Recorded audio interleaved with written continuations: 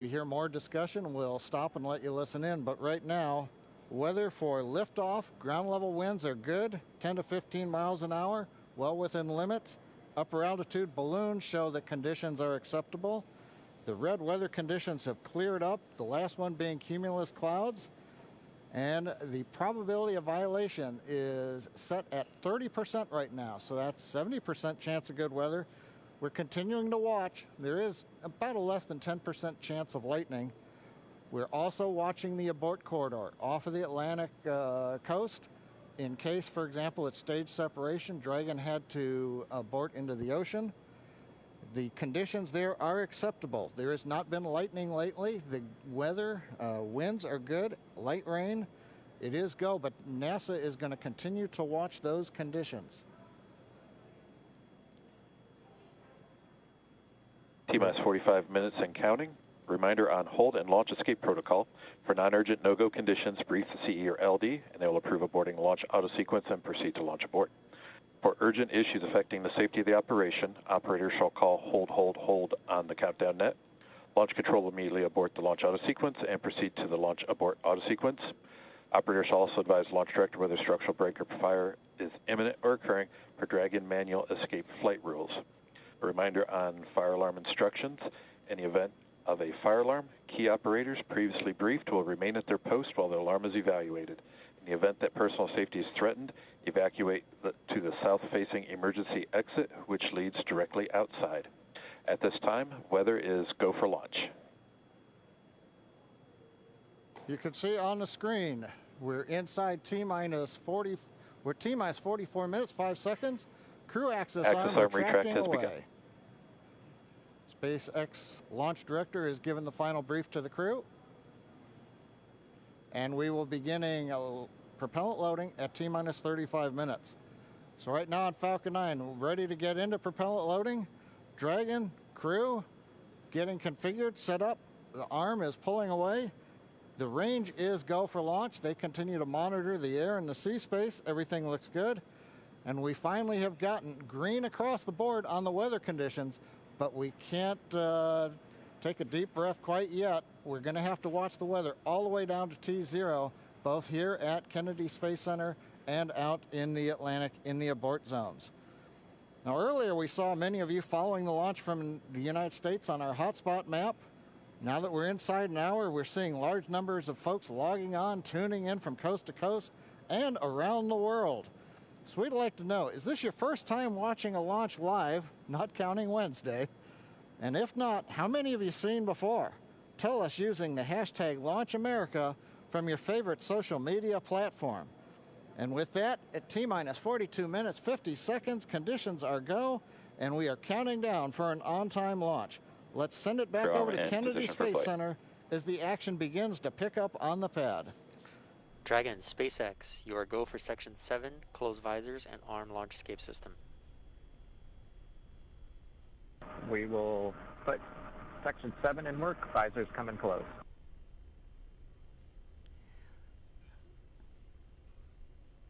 All right, the countdown clock is continuing to tick. My heart is continuing to beat 5 million beats a second, and we are getting so close. SpaceX Dragon in 7.2, visors are closed. We're arming launch escape system. Copy.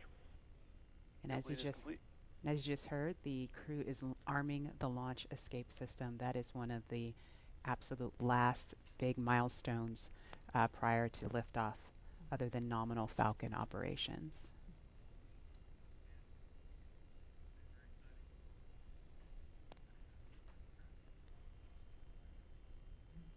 So just a minute ago, we saw the crew access arm retract, and obviously we just heard on the comms, Bob and Doug getting ready to arm the launch escape system, and so that is something that protects them all the way to orbit. So when fueling starts at about T-minus 35 minutes, so just over 6 minutes from now, they will have the capability to abort, to separate from Falcon 9 either on the pad or even after liftoff.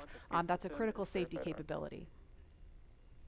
And we are going to go over to Hawthorne now to take us through these next minutes. Jesse? Section, switch in to nitrogen. Switch in to nitrogen. And we did hear that call out that they are arming the launch escape system, so very exciting. SpaceX has designed Crew Dragon and Falcon 9 to be the safest launch system ever flown.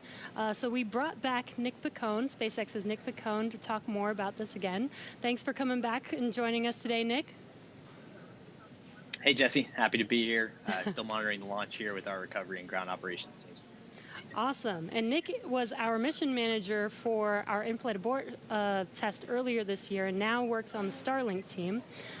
Nick, on Wednesday, you talked about the launch escape system. Could you just give us a brief summary today for those that are joining today? Sure. So the launch escape system, again, is our ultimate safety feature to keep Bob and Doug safe in the event of a major Falcon anomaly on the pad. The system is designed to automatically fire if either vehicle detects a dangerous condition developing. And if that happens, Dragon will use its 8 Super Draco engines to push the capsule off and away to a safe distance away from this Falcon. This capability is absolutely critical. It's what keeps the crew safe, and we're now active and armed on the pad with it protecting the crew. And as you mentioned, the launch escape system allows the Dragon to separate and get away from the vehicle. I believe it goes into the ocean. What happens after it lands safely in the ocean? Correct. So for most of our failure modes, the successful end state is Dragon deploying parachutes, splashing down safely in the ocean. But since a launch escape can happen while the vehicle's on the pad or anywhere in flight up through orbit, it could be splashing down right off the coast of Cape Canaveral. It could be splashing down thousands of miles away in the North Atlantic. If that happens, to make sure we can get to Bob and Doug as quickly as possible, the Space Force's 45th Space Wing, Task Force 45, has pararescue teams staged and ready all around the world, ready to drop in and rescue Bob and Doug as soon as possible. And you mentioned that the launch escape system will keep them safe all the way up to orbit. What other options are there after Dragon is in orbit? Sure. So if for any reason we're unable to dock to the International Space Station, we have several pre-planned return trajectories, which will bring the capsule down to a splashdown point close to shore, where NASA and SpaceX recovery forces will be waiting to recover them. It'll look like an otherwise totally normal recovery operation, except for the early end of mission. This operation is something we're doing with one of 2 identical crew recovery ships. We do that because the landing sites, we want to maintain as much flexibility as possible. There could be changing weather conditions that bring down one site and leave the other one up. So we have those 2 identical ships, one in the Atlantic, one in the Gulf of Mexico. And our space operations team can redirect the spacecraft to go to whichever site is the safest option for the crew at that time. And with the vehicle, in almost any scenario, it sounds like the vehicle will land into the ocean. And it may look like a gentle landing into the ocean, but it's a pretty dynamic event happening. And you mentioned there are teams that are ready to go and rescue the vehicle and the astronauts on board. How do you prepare for something like that, especially with so many different scenarios that could happen? Sure. So we're lucky to have had about a decade of recovery experience with Cargo Dragon 1 in our previous trips to the International Space Station. That, along with our booster recovery missions, we've got a great team of recovery operators here who have a lot of offshore experience with our spacecraft. The system, though, that we took that experience, we built up a new crew recovery ship, 2 identical crew recovery ships, I should say, which have a lot of those lessons learned baked into the design of that ship and the operations. These new ships have complete medical facilities, an operational helipad, and redundant communications, power, and propulsion to make sure they're robust and ready for anything we encounter offshore. We've also done tons of training exercises with SpaceX team, the NASA team, and the rescue forces I mentioned earlier, practicing capsule recovery, emergency scenarios where we have to get the crew out of the capsule while they're still in the water, as well as those helicopter evacuations, taking off and landing from the pad many times, so that we make sure the team is ready to do that. They're all staged and ready. They feel ready to support, and will be ready to call on us if anything goes wrong today. Awesome. It sounds like Bob and Doug are in some really good hands and will be safe no matter what occurs on the vehicle. So thank you, Nick, for joining us again, for walking us through all of those details. I hope you're just as excited as we are for our launch coming up here very, very shortly now. So we're going to send it over to KSC to Lauren. Thank you, Jesse. So as you just heard, fueling is about to begin at T-minus 35 minutes. We are about 50 seconds away from that. And so we're getting really, really close to the first launch of astronauts into orbit from American soil since 2011. The launch escape system is armed, which, as you know, happens before fueling. And Dragon propellant load, that's the propellants that are inside of the Dragon capsule, not the rocket. Prop load for Dragon took place weeks ago and just a few miles down the road in what we call Dragonland. And those propellants, they are MMH, or monomethyl hydrazine, which is the fuel that we use. It's hypergolic fuel.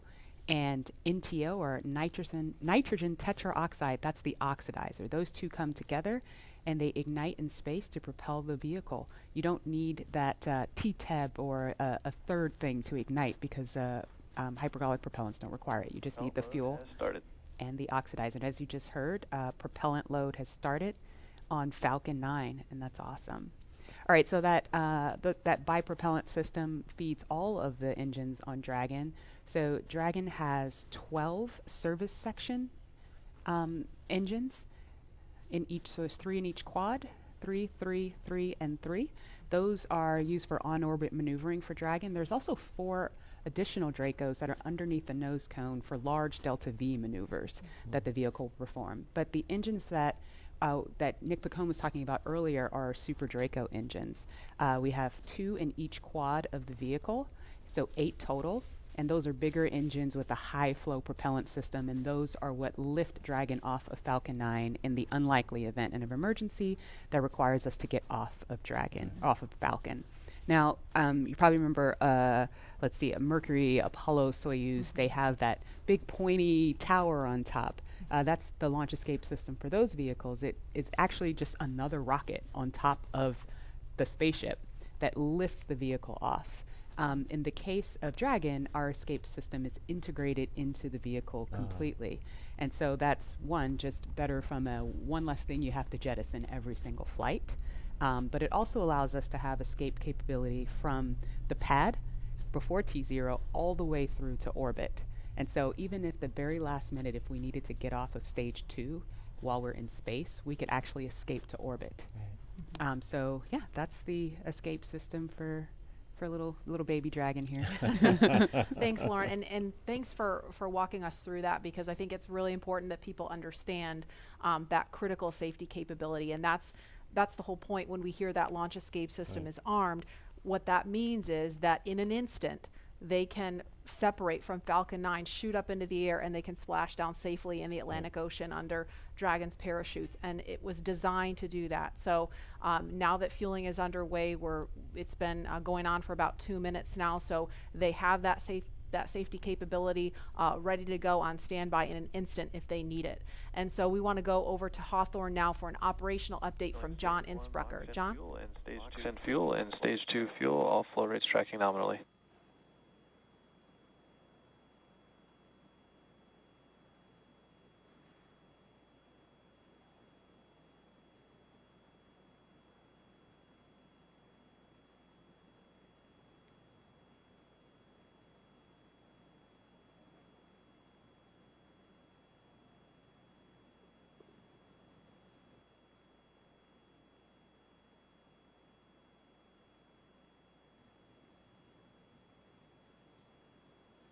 We're at T-minus 32 minutes, counting down. These final minutes, everything's still looking good for Falcon 9 and Dragon for an on-time launch.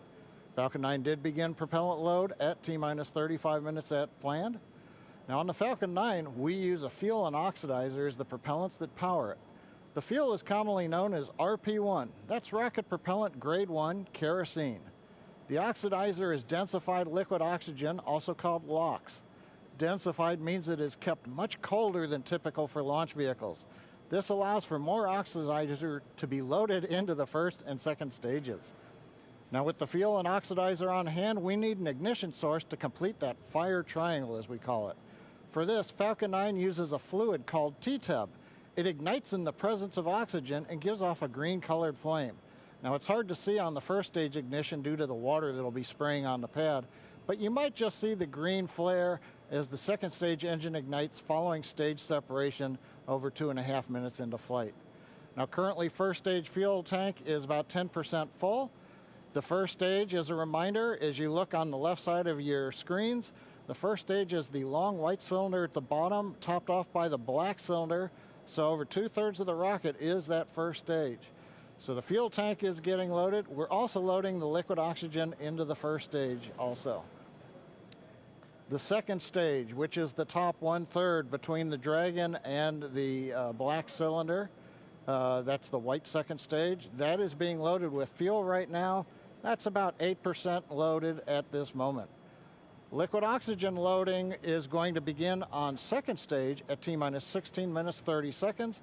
Liquid oxygen loading will continue on both stages all the way down to the last few minutes of the count. We're also loading helium into pressure vessels on the stages. That's used to pressurize tanks in flight as the propellant is pulled out by the strong Merlin turbopumps. On board the Dragon spacecraft, astronauts are monitoring systems while the propellant is loaded into Falcon 9. While we mentioned we had trained them with sounds that we had recorded on board. They've been through most of the propellant load, and they are now experiencing those sounds and vibrations. Stage 1, the cryo range helium load continues started. to report no problems. They are go to support launch. Weather, the last of the red conditions cleared up about 15 minutes ago.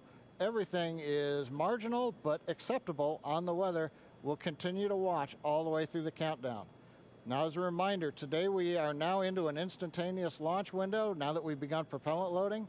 So at this point, if we hear a hold for any reason, we'll have to stand down and target our backup launch opportunity tomorrow, May 31st. Thanks, John. For Demo 2, Bob and Doug's flight to station will take about 19 hours, and their journey is fairly similar to the trip our Cargo Dragon makes back and forth to the International Space Station, but with two noticeable differences, and that's docking and splashdown. And as we await T-0 in just under 29 minutes from now, the ground operations teams are doing a series of system checks to make sure Dragon and Falcon 9 are both ready for liftoff. And we're continuing to get live views inside the capsule with Bob and Doug, and you're now also looking in firing room 4 down there at the Cape. Once we hit T0 and a successful launch occurs, we will watch Falcon 9 and Dragon make their ascent until the Falcon 9 first and second stage separates and sends Dragon on its way to the space station. And at this point, mission operators will prepare Dragon for on-orbit operations, where the vehicle will execute a series of burns that gradually raise its orbit to align more closely with the space station, as you can see in this animation. And just after putting Dragon into the same orbital plane as the station, the teams will get ready for Dragon's approach and docking maneuvers. The next Dragon will make its approach and actually dock with the space station. And this is a very different process from what we've seen with Dragon cargo deliveries in the past, which use a process called berthing. Berthing requires a spacecraft to approach the station and then stop so a crew member can maneuver the station's robotic arm to capture the spacecraft. Docking on this version of Dragon can be done autonomously with no crew on board the station. It's typically a faster process, both when arriving and leaving, but it does still require pinpoint accuracy to approach safely. Once captured, a spacecraft then gets attached to a common berthing mechanism, the same type of port that we use to connect each of the modules on the station together. It's a little bit slower of a process, but the hatches are significantly larger than the docking ports, which makes them perfect for bringing up those really big cargo items. Dragon will spend up to 120 days docked before preparing to return home. Following successful completion of Dragon's test objectives and cargo loading operations, the crew will close the cabin, perform final system checks, and configure the vehicle for undocking. Once the automated undocking sequence is complete, Dragon will complete 2 departure burns using its Draco engines, pushing it away from the space station. And then next up on the trip, deorbit entry and landing, or splashdown, which is going to cover all the operations following that final departure maneuver. That's going to include events like the trunk separation, closing of the nose cone, a deorbit burn, and then eventually as they get into the atmosphere, the deployment of the drogue and the main parachutes, and all of that ends with splashdown right off the Florida coast. At that point, teams from SpaceX will move in with their recovery ship, grab the capsule out of the water, and work to get Bob and Doug out of Dragon after a successful mission in space. So we are 26 minutes away from launch. Fueling of Falcon 9 is continuing. Let's check in one more time down with the team at Kennedy. Murray? All right, thanks, Dan. We are so pumped right now because things have cleared up and it looks like we might actually do this today. If you're just joining us, we are now 25 minutes, 46 seconds and counting from the first launch of astronauts to the International Space Station from U.S. soil in 9 years. This will mark the beginning of a new era where more people will be able to fly to space than ever before. And we want to share with you the results of a poll we asked a little earlier. If you could go to the moon, now it's not where the astronauts are going today, they're going to the space station, but if you could go to the moon, would you rather visit the South Pole where no one has been before or the Apollo 11 landing site? And it was a pretty even split. We had 46% of you say you would go to the moon's south pole, and 54% of you would go to the Apollo 11 landing site. I kind of side with the Apollo 11 landing site because I'm a history buff and I want to see where Neil Armstrong and Buzz Aldrin set foot. So I don't know. What do you guys think? Lauren, which place would you go? I'm with you on that one, and I would love to go see that flag there and those footsteps, those footprints there. Still be there, right? There's no wind up Should there. still be there. Leland, how about you? I think I'm with both of you because it's just like, the meatball, the classic. Yeah. Going to the classic spot, and that's where all of it started. That's where all that inspiration came, even though I was an antenna engineer not seeing it. But besides that, that's history. And hopefully maybe it wouldn't have to be one or the other. That's true. Exactly. Yeah. I mean, we're going to learn more from going where we've never been before. Exactly. And so we need to go to the South Pole too. And we are thrilled to see all of you following along online. Thank you for answering our poll. And we're going to go over to Tahira, who's been monitoring all the action with less than 25 minutes to go. Tahira, I'm sure things are heating up online. Hey, Marie, I mean, you're completely right. Now that we have that go for launch, people are on the edge of their seat right now waiting on this historic moment to take flight. As you can see, photos are still coming in of just everyone around the country showing their excitement for this launch. And it's really been a touching thing to see how everyone's kept this excitement going from Wednesday's first attempt. So we just took a look at numbers, and we are now over 3 million people tuning in for this historic launch. And so for me personally, I just want to wish Bob and Doug the best of luck. This will be my own first time watching humans lift off to space from the United States, and it's just going to be a super emotional moment. For that, Marie, back to you at Kennedy for these last minutes before launch. All right, thanks, Tahira. And Leland, we got 23 minutes and some change to go. What do you think Bob and Doug are feeling right now? I think, they're very calm, cool, and collected as test pilots, but I think they're thinking about what are the steps that I have to take if a malfunction or something happens. And so the nominal stuff is all kind of automated, but if something happens where they have to intervene with those touch screens, that's what they're thinking. And we're just inside 23 minutes now. So on Wednesday, we were 5 minutes further in the countdown when we heard that call to scrub, and the weather was still very touch and go at this point on Wednesday. But today, at least for right now, I don't want to jinx it. I'm afraid to even say it out loud, but it looks better today. Yeah, and it feels like I'm feeling it a lot more than I did on Wednesday. Right. And speaking of Bob and Doug and them being really calm and cool and collected, haven't had the opportunity to be in meetings with them and to watch them train. I have to say, and to all of my friends who work with them every single day, the feedback is always just what great people they are, Right. and just how not just bright and sharp they are, but just good people. Right. And around the office, we often refer to them as the dads. The dads? Why They're is the that? dads. They're dads. They are dads, Okay. and we've met their families. And when you see people on that very personal level, it starts to mean so much. They Right. are a part of our team. They're not a customer. They're our team. They're not a payload. They're our Right. team. They're our Yeah. family. And so we're just so excited to see the dads up there today. Yeah. Go And- dads. Yeah. All right, we're going to go send it over to Gary for an update from Houston. Gary? Hey Marie, the space station team here is focused. All eyes are on the system checks that are happening across the board, and we're listening in as we close in on launch, and I can tell you that things are looking very good. Chris Cassidy will be watching from the International Space Station, right now flying over the Pacific Ocean. It's heading to cross right over the launch pad. We might even get some good views from the station. Hope to be capturing those. We'll have the launch view and the big screen up front, and everyone's excited to see our 2 crew members on their way to the International Space Station. But before we get to it, I just want to pass on good luck from the entire flight operations community here in Houston. It's always exciting to be doing something wholly new and history-making with station operations, and we can't wait to see our team members Bob and Doug in low Earth orbit and heading to the International Space Station. That's it from us here in Mission Control Houston. I'll send it back over to the team in Hawthorne for the latest happening there. John. T-minus 20 minutes, 30 seconds. We're Strong continuing to started. count down. Everything is still looking good for launch of Falcon 9 and Dragon. 22 minutes, 45 seconds after the hour. Stage right 2 now on the RP1 right-hand mode is complete. side, you can see a large white cloud coming off of the strongback. That is normal. As we get ready to load the second stage with liquid oxygen, we have to chill in the plumbing lines going up that strongback. And so as we relieve pressure, the moist, humid Florida air condenses around it, and that gives you the cloud. So that tells us that things are actually on schedule. We did begin propellant load at T-minus 35 minutes. Fuel loading on the second stage, I believe we just heard the call out that it is complete. First stage fuel load is continuing, and right now that's a little more than, that's about 60% of the way full. So things are looking good. Second stage is getting ready to begin the liquid oxygen loading.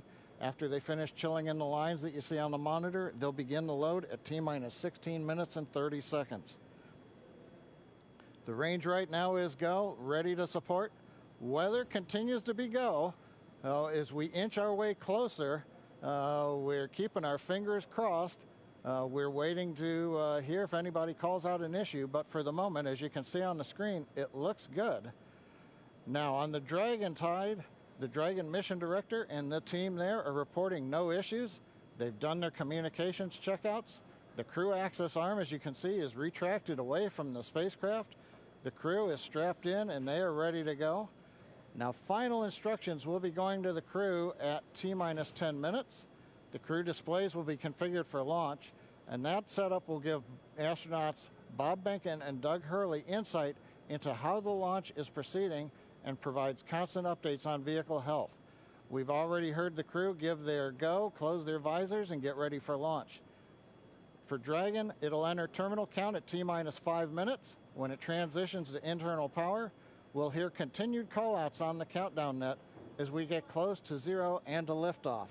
But right now, at T-minus 18 minutes, 15 seconds, everything continues to be go for an on-time launch. So Dan, Jesse, things are looking pretty good. How are they doing over at your stand? Things are great from about 15 feet away from you, John, and honestly, things are looking pretty great down at the pad there. We're seeing a lot more blue in the sky. Green is the color we want when we're talking about weather, and that's where we're sitting right now. So we're continuing to count down. We are under 18 minutes away from liftoff. Again, it's an instantaneous liftoff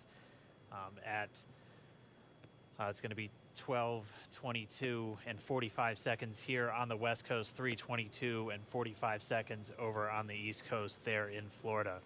Just a reminder, it's going to be about a 9-minute ride up to orbit for the Falcon 9 and Bob and Doug on board Dragon. It'll be a 2-stage flight, so we'll see the first stage fly until we hear MECO, or main engine cutoff, about 2.5 minutes into flight. After that, the second stage will take over and continue to power them the rest of the way. Second engine cutoff comes in just under 9 minutes at about 8 minutes and 44 seconds. Following that second stage completing its job, it'll continue to coast for about 3 minutes. It'll do a slight attitude adjustment and null out any rate, so make sure it's not in any kind of a spin before they do separation. So that's when the Dragon spacecraft will physically separate from the Falcon 9 vehicle, and Bob and Doug will be flying free. It's about a 19-hour ride if we launch today on time. So that means Bob and Doug will get on orbit. They'll have a number of burns, or those firings of those Draco thrusters that they'll do over Stage 2 LOX load started. We hear the LOX, the liquid oxygen load has now started on stage 2. But again, they're going to be doing a series of burns on the way uphill towards the International Space Station 5, spread out over the first 16 hours or so of their flight until they get much closer, and it's time for that approach and docking. And we are expecting that with an on-time launch to happen today. That'll be coming tomorrow in the afternoon. All right, now that we're under 16 minutes away, we have a special guest joining us. I'm going to toss it over to Jesse. We are T-minus 15 minutes and 45 seconds from liftoff of our second demonstration mission today, and we have the honor of having SpaceX's President and COO, Gwen Shotwell, join us. Thanks, Gwen, for coming out and taking a few minutes to chat with us. Thanks, Jesse. We know you've been on console. How's the countdown been going so far in there? Countdown is clean today, just like it was Wednesday. We did clear the weather hurdles sooner than we did on Wednesday. And the only thing we're watching right now is downrange weather and lightning at the staging location. Of course. But we will clear that hurdle at T-minus 7 minutes. Awesome, great, very exciting. Now I'm going to throw it back to 2012 because you were on console for Dragon when it was first making its way to the space station. How does that experience compare to today? Stage 2 LOX is on the DPUs So I was nervous then. I stopped getting nervous for launches. Today I'm nervous again. Super nervous, stomach and throat. Understandable.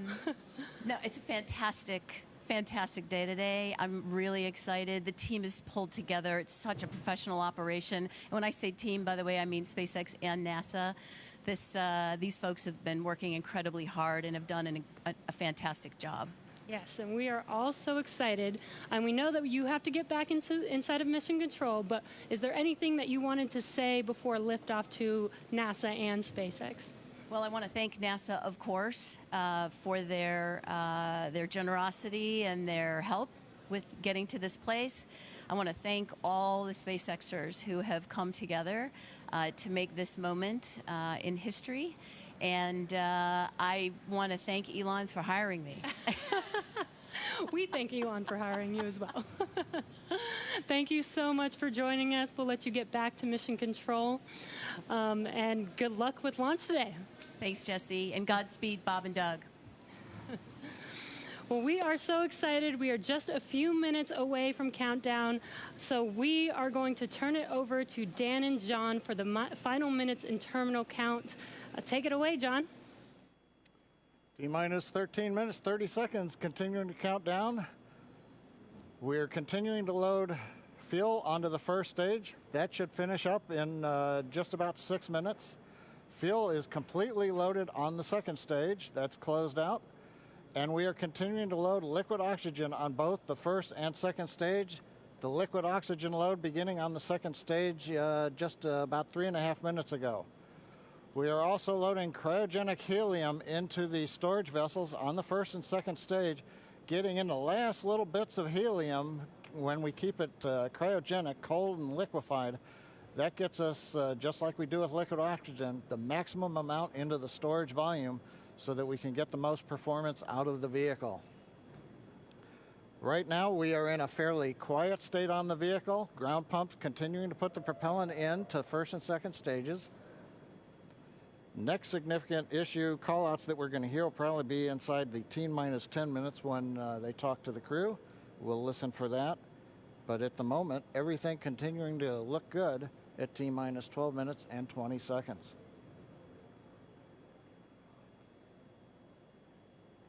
We're getting real close now, John. It's only a little over 12 minutes away. Just a reminder for everybody, it's about a 9-minute ride uphill. We'll have some dueling boxes going on as that first stage is going to be coming home while the second stage is carrying Bob and Doug into orbit. But obviously, we'll be keeping an eye on our astronauts the whole way uphill. Some of the calls that you'll be hearing, as there will be what we call performance calls over the Dragon to ground the entire way uphill. And you'll just hear some of the SpaceX engineers calling out trajectories and booster performance. So we're always looking for that word nominal. I know that's one of John's favorite words. That's one of mine too. We want to hear nominal as much as possible up on the way uphill. You might also hear some number and letter combinations, and those correspond to the different abort zones that Bob and Doug are in during their flight uphill.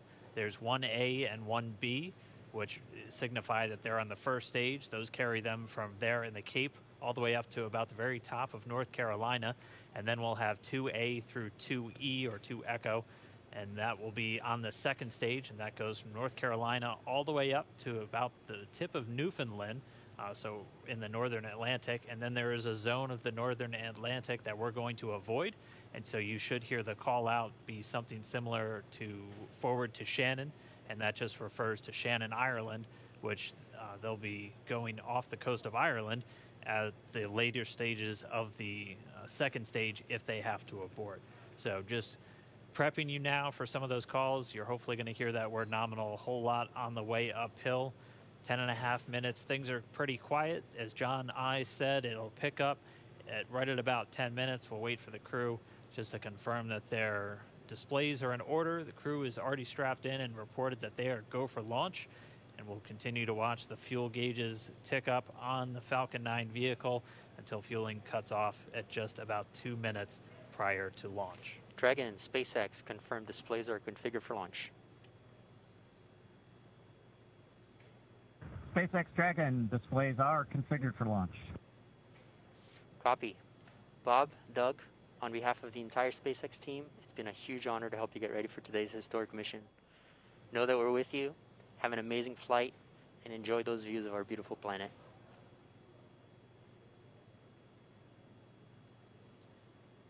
Thanks, Jay. It is absolutely our honor to be part of this huge effort to get the United States back in the launch business. We'll talk to you from orbit. Thank you. Copy all. Thanks for those words.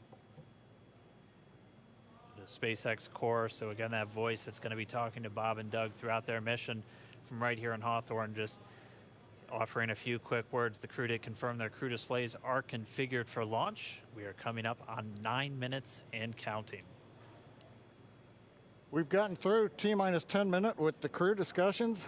Activity is now going to switch over to Falcon 9. Our next major event comes at T-minus 7 minutes. We begin what we call engine chill. Pre-valves will open. Those currently separate propellants on the first stage from getting down to the Merlin engines. We'll open the pre-valves. That allowed fuel liquid oxygen to flow to the top of the pumps. And more importantly, when we open the valves, that'll allow us to begin chilling the 9 Merlin 1D turbopumps on the first stage engine. It'll take a few minutes to get them cold enough to where they would then be ready to pass the large amounts of liquid oxygen through the pumps and into the main thrust chambers when we get to engine ignition at T-minus 2 seconds. We don't want to try to run highly chilled liquid oxygen through a warm pump. You would flash that into gas, and running gas through a high-speed pump is not a good thing. So right now, we are waiting for T-minus 7 minutes. That'll start the engine chill. Shortly after that, we will also get the fuel shutdown.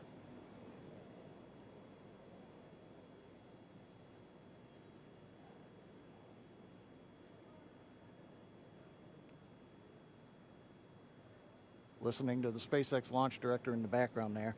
As I mentioned, at T-minus 7 minutes as we start the chill, we will also get into the final topping off of stage 1 fuel, and then the fuel load will complete.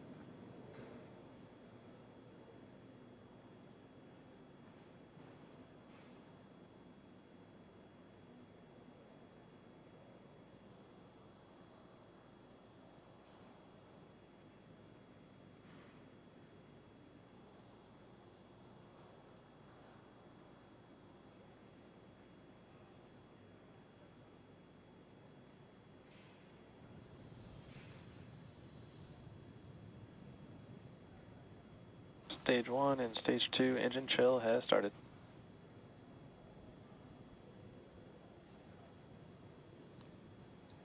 We've heard the call out. Stage 1 engine chill has started. That's gone up to the crew so that they've got situational awareness.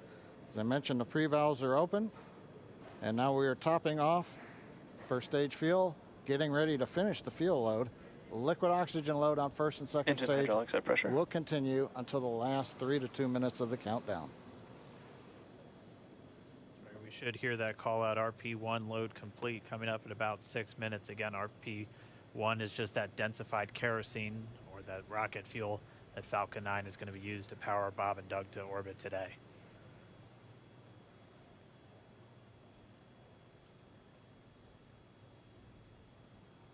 And stage 1 fuel is closed out.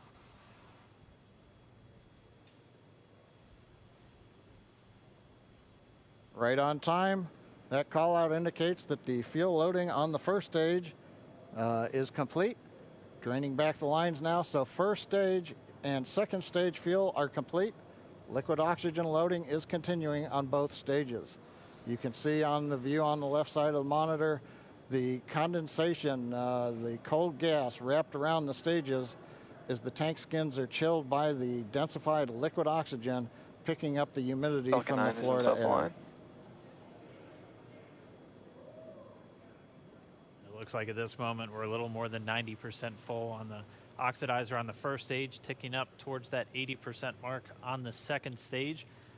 We'll be counting down all the way till about 2 or 3 minutes, as John and I just said, until everything is loaded Falcon in 9 Falcon heaters 9. closing out. And then we will be go for launch.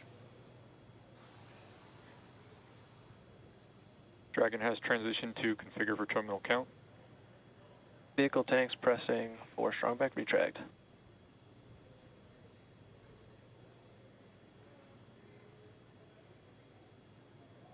We're pressurizing the Falcon 9 tanks. We're going to open the clamp arm around the second stage and begin to retract the strong back. We'll move back about 2 degrees. That'll get us to the liftoff position. At liftoff, the strong back will then recline about 45 degrees away. Started. Stage 2, RP1 bleed. Launch director called out the strong back retract has started. On the left, you'll see it go back just a couple of degrees. Stage 1, RP1 bleed.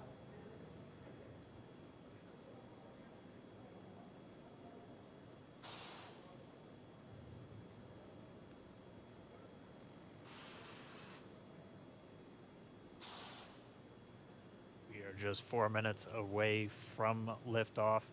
Again, at this moment, Bob and Doug are really just laser focused on those displays.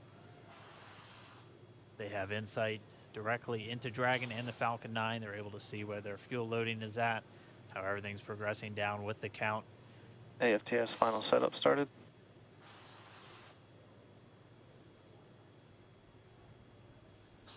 Three and a half minutes from launch. And the strong back is now reclining away from the Falcon 9.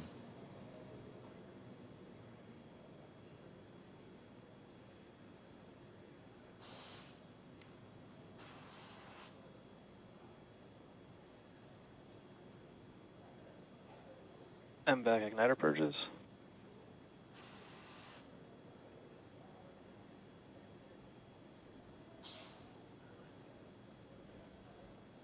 Pogo bleed. Dragon has transitioned to terminal count and is on internal power. Stage 1, LOX load close out. Okay, we're at T-minus 2 minutes, 42 seconds. Stage 1 LOX load is closed out. Stage 2 will continue to load for about another half a minute or so. Once we get the completion of Stage 2 LOX loading, we have to vent down the line, so you'll see another large white cloud coming off of the strongback. That'll be normal. That'll happen around transitioning to T-minus internal power. 1 minute and 40 seconds. We're going on internal power now. Just a few seconds away from the Stage 2 LOX load being complete. It's been almost 9 years since we've been in this position. A lot of work done by thousands of people to get to this point. All our eyes focused on 2 now.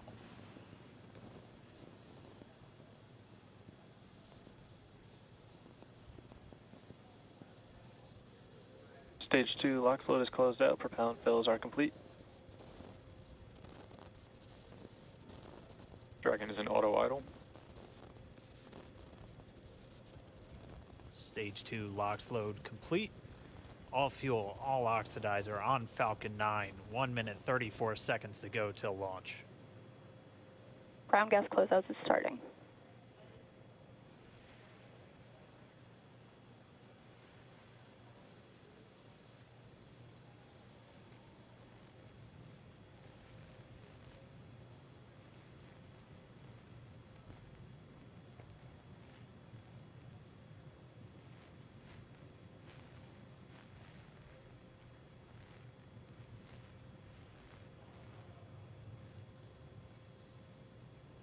Falcon 9 is in startup. Dragon is in countdown. FTS is armed for launch. Under a minute now, the FTS, the flight termination system, has been armed. Dragon, SpaceX, go for launch. SpaceX Dragon, we're go for launch. Let's light this candle.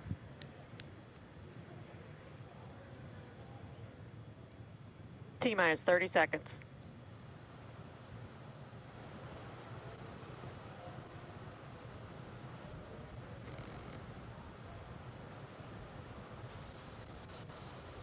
Stage 1 tanks pressing for flight. T-minus 15 seconds. Rise is a new era of American spaceflight, Stage 1 and with it propulsion is the nominal. ambitions of a new generation continuing the dream. 20 seconds into flight, stage 1 propulsion is nominal.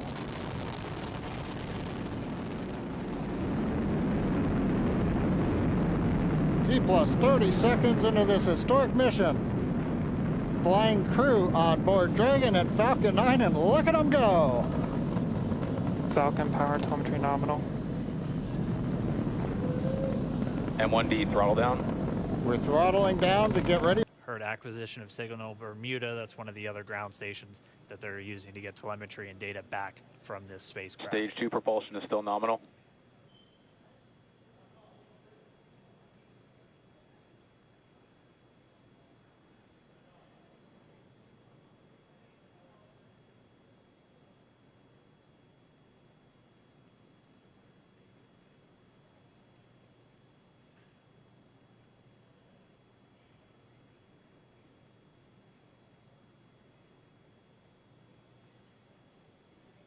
A little over 4 minutes, 40 seconds into the flight.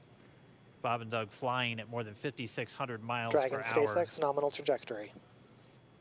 Already almost 200 miles downrange from the Kennedy Space Center. Nominal trajectory continuing.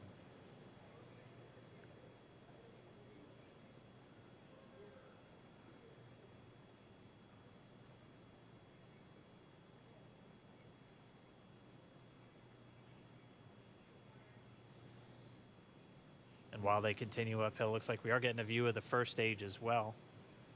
Yep, on your right screen, you can see that first stage with the grid fins deployed. It's making its way back to attempt to land on our drone ship, Of Course, I Still Love You Today.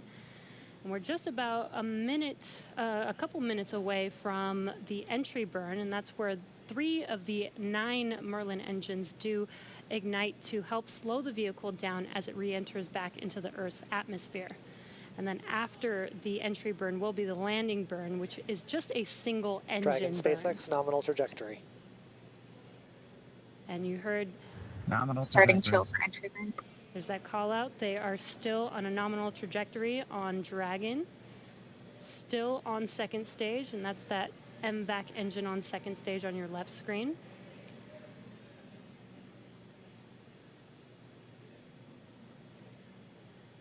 Again, on your right screen is that first stage booster coming back towards our drone ship, Of Course, I Still Love You. We're about a minute away from entry burn.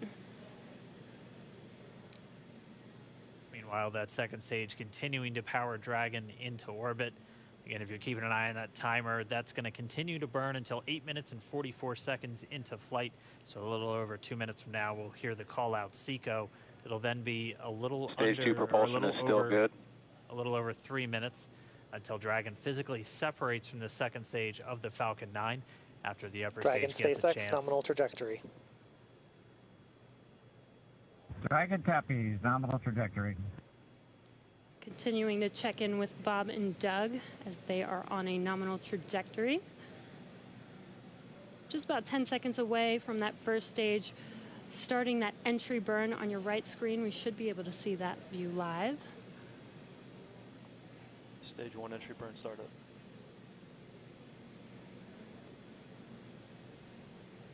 And there is that entry burn beginning. This burn lasts about 36 seconds long. Stage 2 FTS is saved.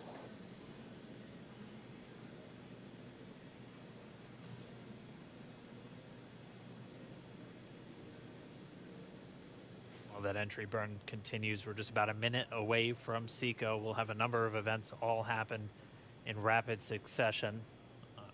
It'll be the second engine cutoff.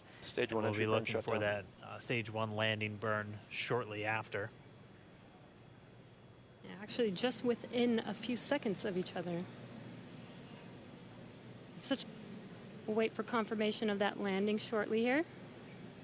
Falcon 9 first stage successfully landed. And there you can see on your screen, Falcon 9 has landed.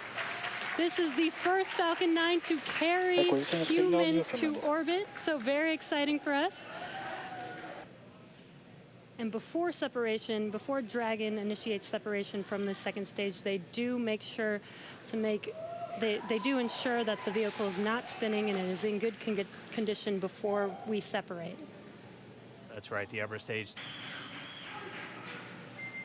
Dragon SpaceX with that separation call. We have a few words for you from our Falcon 9 team.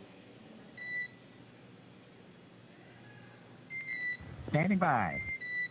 Dragon, Chief Engineer on Dragon to Ground. Bob Doug, on behalf of the entire launch team, thanks for flying with Falcon 9 today. We hope you enjoyed the ride and wish you a great mission. Thanks, Bala. Congratulations to you and the F9 team for the first human ride for Falcon 9, and it was incredible. Appreciate all the hard work, and thanks for the great ride to space. Smooth ride uphill, both stages of the Falcon 9 doing their job, placing Bob and Doug into orbit. I mean, this is a day, this is a historical day. This is us kicking off that new era of space flight that we've all been talking about and longing for since the space shuttle program came to an end in 2011. Yes. And the weather cooperated. Yes, second time's a charm. Right. All right, so day for the history books.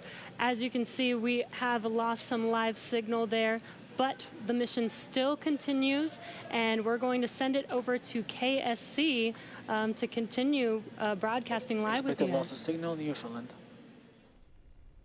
Yeah, Jesse and Dan, we are just in awe over here. When I woke up this morning and looked at the weather forecast, I was like, man, we're going to be back here on Sunday, but we did it. The room cleared out. Everybody was outside watching, and inside the lights were shaking, the cameras were shaking. Lauren came back in with tears in her eyes. This is really amazing. I can't believe it. I saw it with my own eyes. This is, I'm a little bit speechless. Just so grateful that we got them up there, and there's a lot more to go. But I'm so happy they're safe right now. I'm just so happy. Yeah. Leland, you were talking about it. It's amazing what we can do when we work together. Yes, American astronauts on an American rocket from American soil, showing you what Americans can do when we come together as a team and blast Doug and Bob off to the cosmos. This is what it's all about, and their families and everyone is working together to take them up to space safely. So I don't know what to say. That rocket fuel is still in my veins, and I want to go get on the rocket. I know. Well, it's too late now. Maybe the next one. I know. But we want to go over to Daryl at OSB2. He's there with the administrator, who hopefully has more words than we do, because we're still kind of speechless. Daryl? Pretty incredible here, Marie, at the Operations Support Building, where a chorus of applause has been happening from the beginning of launch and throughout the various stages. Some very special guests were here to watch it. That includes President Donald Trump, Vice President Mike Pence, and NASA Administrator Jim Bridenstine, who joins me now. And you were with the President and the Vice President. America's back, launching human astronauts again. Tell me how you feel about that, and tell me about the president watching the launch and what happened there. So this has been a long time coming. It's been 9 years since we've launched American astronauts on American rockets from American soil, and now it's done. We have done it. It's been way too long. I want to give a lot of credit to Charlie Bolden. He was my predecessor as the NASA administrator. He fought hard for this program at a time when it didn't get any support in Congress. We now have an administration that is fully supportive of our spaceflight initiatives, not just on the exploration, discovery, going to the moon, onto Mars, but also from a Space Force perspective. Our budgets are going up, things are strong, and today was just just an amazing day. You know, one of the things the president did right out of the gate when he became president is he created what's called the National Space Council, and he put the vice president as chairman of the National Space Council. And on that National Space Council, you've got the Secretary of Defense and the Secretary of State and the Secretary of Commerce, the Secretary of Transportation, the Secretary of Education, the chairman of the Joint Chiefs, all of these different amazing individuals that deal with space day in and day out. A lot of people don't realize how many parts of the federal government deal with space. And the vice president invited those members of the National Space Council here as well. So we just had, and then we had members of Congress, bipartisan members of Congress, Republicans and Democrats, who have been involved in supporting this program, you know, for a long time now. So I'll just tell you, I'm breathing a sigh of relief. But I will also tell you, I am not going to celebrate until Bob and Doug are home safely.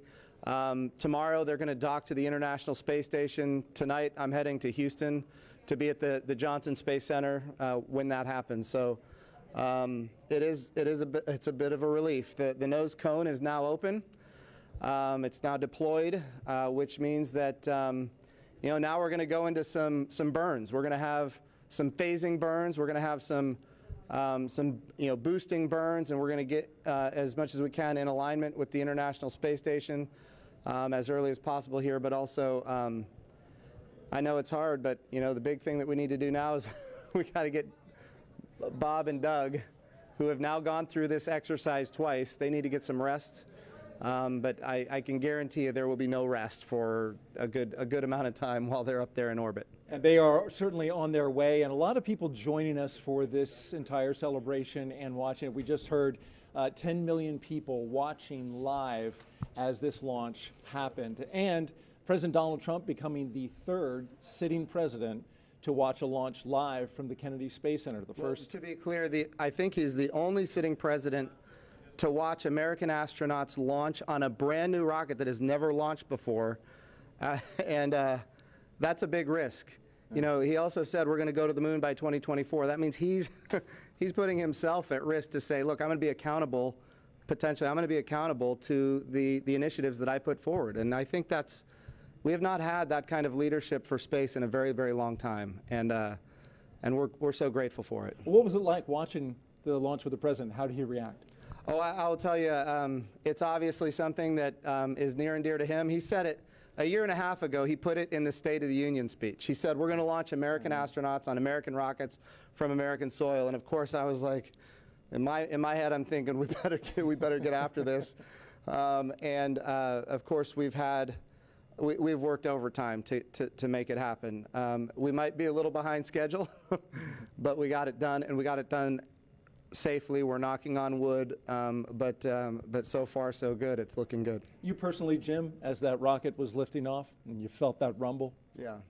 What'd you feel? What'd you experience? Well, I was praying. I'm not going to lie to you. I was praying. I was praying for Bob and Doug. I was praying for their families. I was praying for their safe return, even though they're just going. But man, I'll tell you, it was, I've heard that rumble before, but it's a whole different feeling when you've got your own team on that rocket, and they are our team. They are America's team. This is Launch America. This is everything that America has to offer in its purest form. And times are tough right now. There is no doubt. We've got the coronavirus pandemic. We have other challenges as a country. But I hope this moment in time is an opportunity for everybody to reflect on humanity and what we can do when we work together, when we strive, and when we achieve. And if this can inspire a young child to become the next Elon Musk or the next Jeff Bezos or the next Sir Richard Branson, then that's what this is all about. Or the next Jim Bridenstine. Yeah. Well, I wouldn't put me in that category, but. Well, we appreciate your leadership for the space agency at this time, and congratulations on an amazing day in the launch. Thank you. It's been a great ride. All right, very good. Marie, we'll send it back to you in the studio. Doug and Bob are on course to arrive at the International Space Station tomorrow, May 31st at 10:27 a.m. Eastern Time. And we'll be staying on the air for continuous live coverage along the entire ride to the station. So though our coverage here is concluding, we will turn it over to the teams in Hawthorne and Houston to take us through the next phases of the Demo-2 mission, all the way through hatch opening and a welcome ceremony on the space station for Bob and Doug tomorrow. That's right. And as you follow along, we invite you to tune into a post-launch news conference that's happening here at 6:30 this evening Eastern Time on NASA TV. We'll have NASA and SpaceX leaders here to take questions live on this unprecedented achievement in human spaceflight. And in addition to NASA TV, you can follow along always on Twitter at @NASA and nasa.gov for mission updates as it progresses. Here now are highlights from the mission so far. May 30th, 2020. Remember this day. You'll have this memory forever. The day America returned astronauts to orbit from U.S. soil.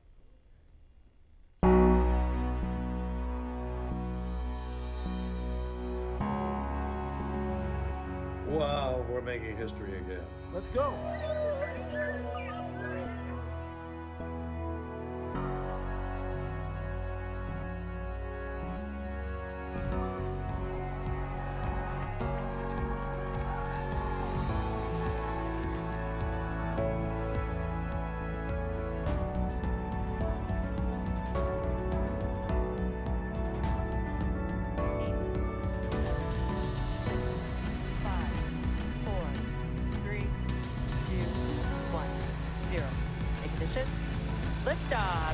So rises a new era of American spaceflight, and with it the ambitions of a new generation continue